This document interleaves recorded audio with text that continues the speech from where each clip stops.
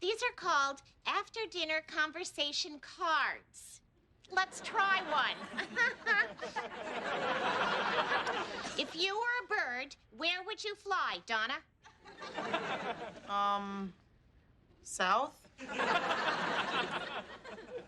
I don't know. I'm nervous. I feel like I'm on Jeopardy. If I were a bird, I'd fly to Laser Floyd.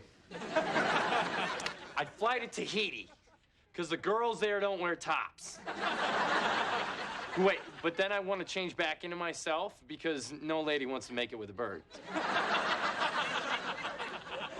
Wait, can I be a monkey?